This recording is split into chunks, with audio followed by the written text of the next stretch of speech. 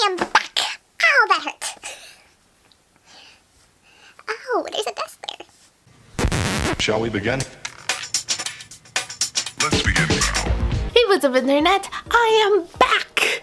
You were gone, I was gone for the past 2 weeks, and most of you probably didn't even know or didn't even care. That's fine with me. I just wanted to give you a little heads up that for the past 2 weeks I have not been feeling well, to the point where I had to go to the emergency room, and they still didn't know what was wrong with me.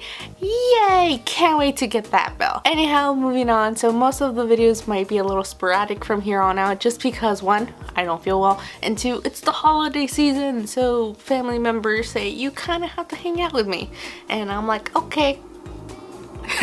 So yeah, that's basically it. And oh, one more thing, which I don't know, I just wanted to say hi, because for the past 2 weeks I haven't checked my YouTube, and I realized there's a lot more of you than when I left you. So hello, hopefully I can still keep you entertained. I don't know what that was. So what I want to do today is talk about my October wrap-up. So I only ended up reading 2 books in the month of October, mainly because I started work in October, so I didn't really have much time to do anything. So this is going to be a wrap-up / little fangirl talk. Hopefully no spoilers, because for some reason I always like to spoil stuff. I am sorry. So let's get into it. The first book I ended up finishing in the month of October is actually a book that I was actually reading for the past 3 months, and that is Final Girls by Riley Sager. And I just realized Riley Sager is not a real author, it is actually someone else, and it's a dude, not a chick. I don't know why they did it. I guess they just wanted more females to pick up the book. Who knows? But anyways, this book revolves around Quincy 10 years after she survived a mass murder spree or something. I don't really know how to explain it. So it's basically her kind of like survival story 10 years after the fact. And the interesting thing about Quincy is Quincy doesn't really remember that night whatsoever. She remembers getting to the cabin and then basically getting saved by the officer, and that is it. So the story kind of revolves around her not really remembering, her wanting to have a normal life, until another survivor ends up committing suicide.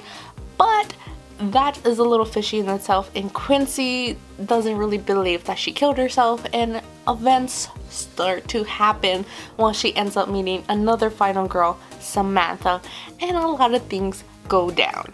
So for this book, I gave this a 3.5 out of 5 stars on Goodreads, mainly because of my frustration with this book.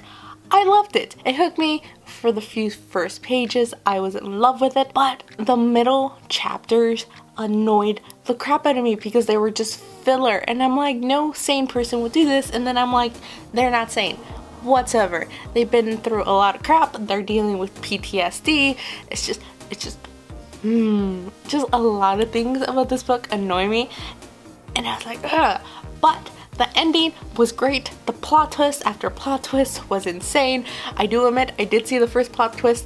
The other plot twist I was kind of not really sure about, but then I'm like, oh snap, I was right. But still, it was really exciting to read it. So like I said, if you want sort of like a horror movie based book, I say go with this. If you're into slasher flicks, this is your choice. But for me, I did really enjoy it. It hooked me. The middle, I don't know what it was, the middle part of this book, I felt like it was really unnecessary, and it's just really filler.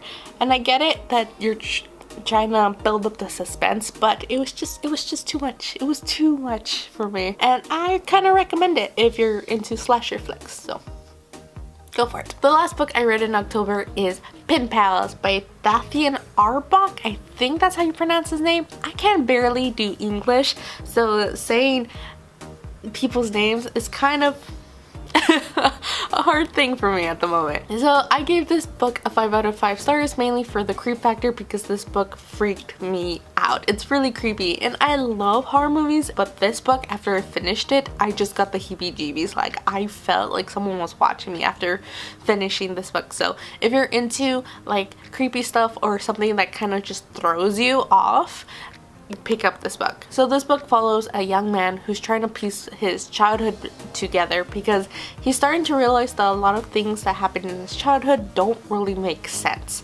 And he kind of wants to understand what happened. Certain events that kind of seemed innocent at the time were not when he got older, and it's just really creepy because, well, when you're a kid you want to trust everybody. You basically do trust everybody, and there's just a lot of things that just happened to him that should have not happened to him as a child. And when he pieces together about certain things, certain events that happened to his life, we unravel the story. And when you unravel the story, you kind of wish you didn't know. And I as well wish I didn't, but I'm happy I did because now I kind of feel better, but at the same time kind of still a little freaked out because this book will still be in my memories of just the creepiness of it. It's a really well written book, and just I hope he writes more because this was really creepy and really good. So that is it for my October wrap up. I hope you guys enjoyed it. If you read any of these books, tell me what you thought of them.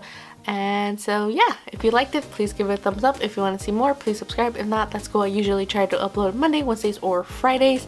And since it's the holiday season, who knows? So yeah, catch you later. Whoop.